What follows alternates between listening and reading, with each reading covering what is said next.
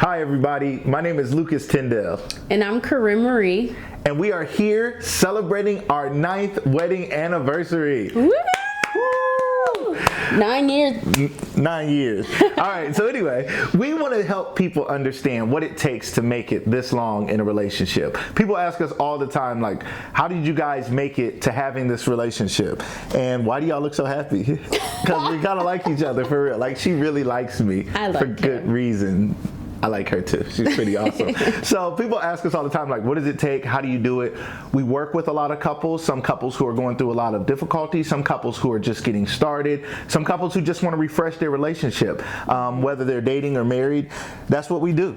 That's what we do. That's our thing. That's what we do. It's our thing. That's what God made us for. That's what he put us together for, so we can do this thing and help couples understand what it takes. So we just wanted to shoot this quick video and talk to you guys about 3 things today that you can do to have a lasting relationship.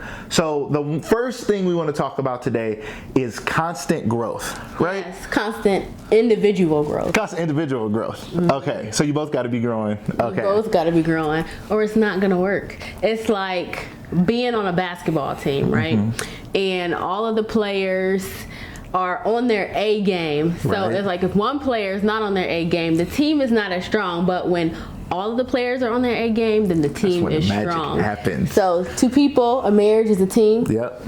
And when both of us individually are on our A game, yep, the team is stronger. That's when the magic happens. Hey. I like how you hit it a little softer that time. That was much nicer. You see, I almost got knocked across the room. Anyway, so that's very true. It's important. They always say a chain is only as strong as its weakest link, right? So in relationships, it's true that at different times and different seasons, one person may be stronger than the other. One person may be excelling in certain things, be it at home or in their career or in some way excelling more than the other. And that's okay. That's okay. You go through those seasons. That's cool. You root the other person on. You be like, go ahead, do your thing. You know, do your thing, do your thing. Okay, so you do that, but it's important that both people are conscious about continued growth. That it's not just one person who's, say, studying the Bible. That's something we do to grow, right? So if only one of us is doing it, the other person's falling behind in their spiritual walk, we're going to become what the Bible calls unequally yoked, which a yoke was this thing that went around the animals so that they could walk together in unison and complete their work. Right. So if one person's growing a lot spiritually and the other one's not growing at all, you can become unequally yoked. That could also go with eating healthy, right? If one person is really trying to eat healthy and the other person is just eating a bunch of junk, that could be difficult. Just smashing. Straight smashing. One person trying to drink smoothies, the other one is just smoothie drinking cheeseburgers, right? That can make it difficult. So we're not saying, if you two agree that one person says, I want to live a really healthy lifestyle, and the other one says, I really want to do the cheeseburger diet and I want to eat whatever I want. If you guys agree on that, that's okay. But it is important that you guys are conscious about continued individual growth, because if you're not both growing, you're going to grow apart. Right.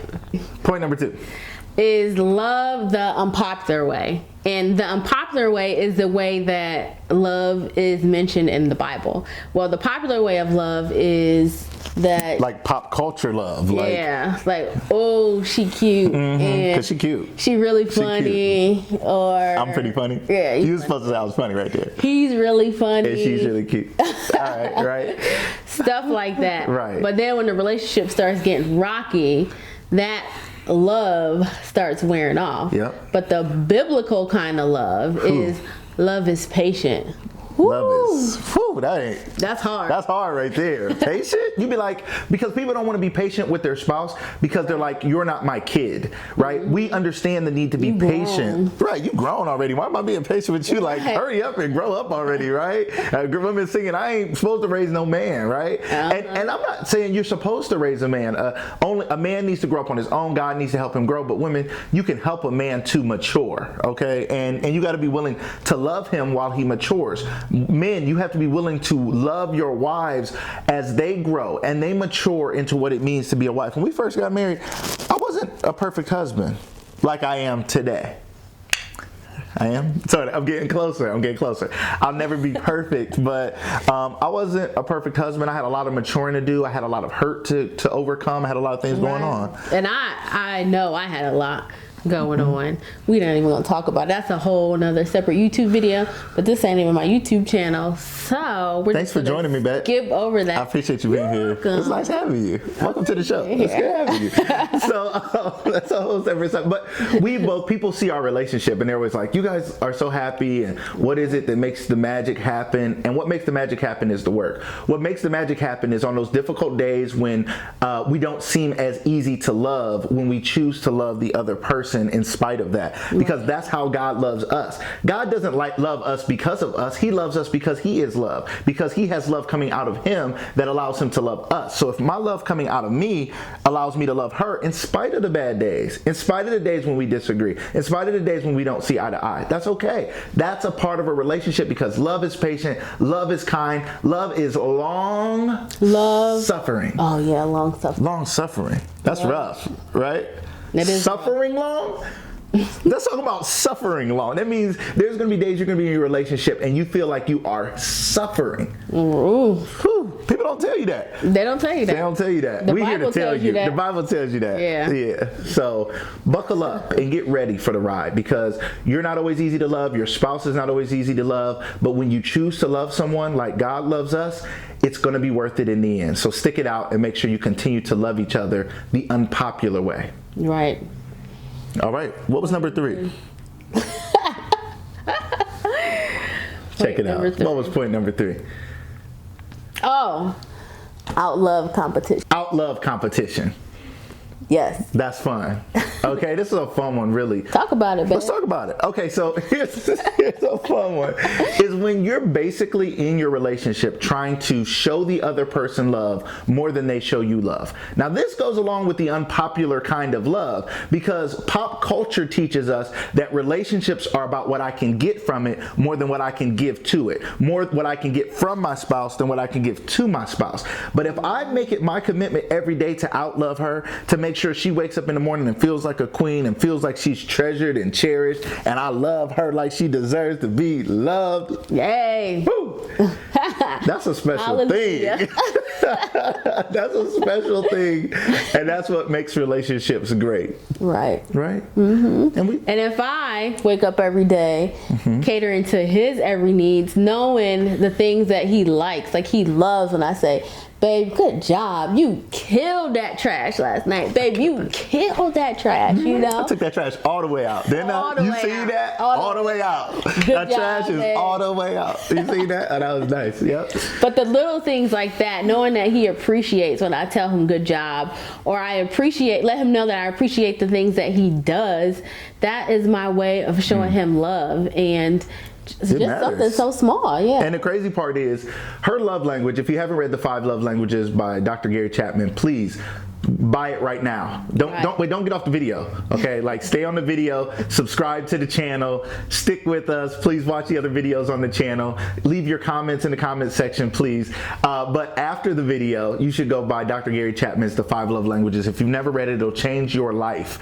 If you have read it before, read it again. If you've never taken the 5 Love Languages test to find out what your love language is, go take it online right now, or after the video. Take it online and find out what your love language is.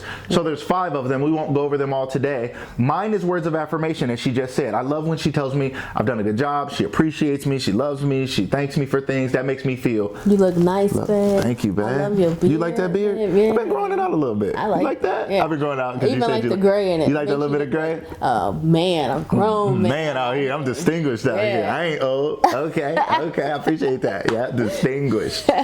All right. You see how she did that? I feel loved right now. My love tank is full right now because of what she says to me. So for her love language, her primary love language is acts of service. So earlier she talked about me taking out the trash. Something as simple as that makes her feel loved. When I notice the mess around the house, be it a mess that I made or the kids made or that she made, if I start picking things up and cleaning up the house, it makes her feel loved. When she sees me out cutting the grass, You should see how she be looking at me through them blinds. Cause I like the house clean. I like that? in order, man. I know it. Makes me feel good. Make you feel good. Make you feel loved. Makes me feel cozy. Bro, yeah, that's what I be trying to get to, the cozy. So, I'm all about it, right? Like, why would I not do that? So, I be cleaning junk that ain't even dirty, man. I just got here vacuuming the floor. So anyway, so that's what it's all about. Try to outlove each other. First, find out how the other person receives love, okay? 5 love languages.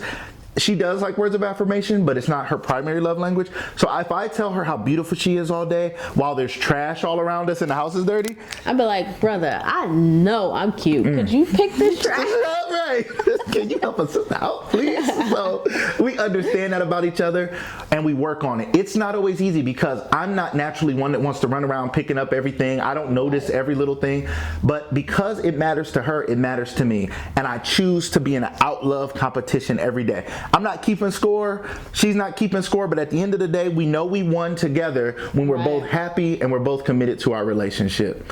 Yep. So that's it. That's it. That's 3 tips to help you guys have the relationship you've always wanted. If you're watching this and you're single today, pay attention, take notes, because if you know it before you get into a relationship, you'll be better equipped to have the relationship you want.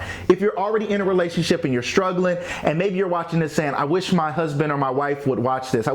Please, you take notes. You start the things, even if they won't sit down and watch this video with you, you take notes, you start applying the principles that we talked about today, and I promise it'll start to change the temperature in your relationship, and you can start to heat things up. If you've been in a relationship a long time and things have just gotten kind of stale, stuff get kind of stale, like bread, like you left the bag open, it's a little dry. Yeah, it's cool. It's there, you can eat it, but it's not fresh. It's okay. It's like bread that's like sitting out. Like, it's okay. You ain't gonna die, right. But it's not fresh, right?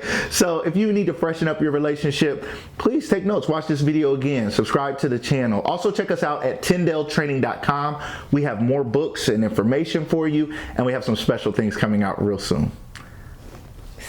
Happy anniversary. Happy anniversary, sweetie. Love you. Bye, guys.